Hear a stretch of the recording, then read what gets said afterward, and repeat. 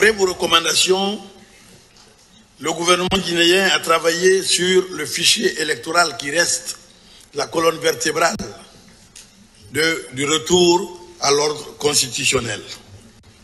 Je ne vais pas vous faire la liste détaillée, elle serait fastidieuse, mais nous sommes passés à l'acte déjà, au recrutement des coordonnateurs régionaux et préfectoraux pour le recensement administratif à vocation d'état civil, RAVEC.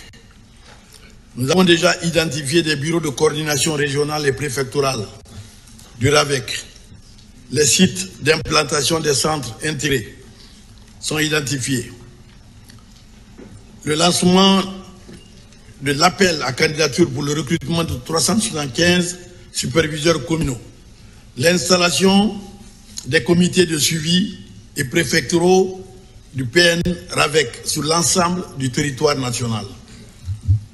L'acquisition de plusieurs matériels, notamment du matériel informatique, dont 20 000 tablettes et accessoires en faveur des centres de déclaration.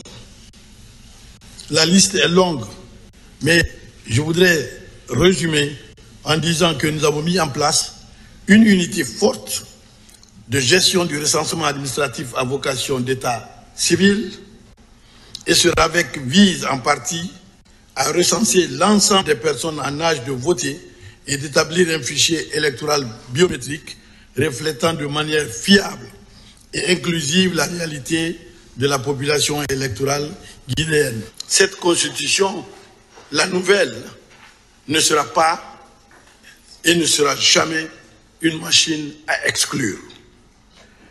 Elle ne peut pas commencer dans son préambule par l'égalité de tous les Guinéens et de toutes les Guinéennes en droit et en devoir et se terminer par l'exclusion de quelques-uns selon les humeurs et calculs politiques de tels ou tels acteurs. Mesdames et messieurs, chers représentants, les élections générales, Madame la secrétaire générale, je vous remercie d'avoir fait ce résumé selon la lettre de Monsieur le Premier ministre.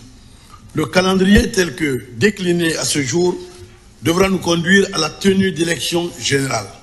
Toutes les élections se tiendront en Guinée en 2025. Et la première consultation sera, avant la fin de cette année, l'adoption de la Constitution dont je viens de vous parler. Et comme c'est au niveau de la magistrature suprême que les populations et la communauté internationale que nous sommes ici dans cette famille perçoivent mieux les avancées démocratiques, nous pourrions même commencer par l'élection présidentielle comme gage d'engagement.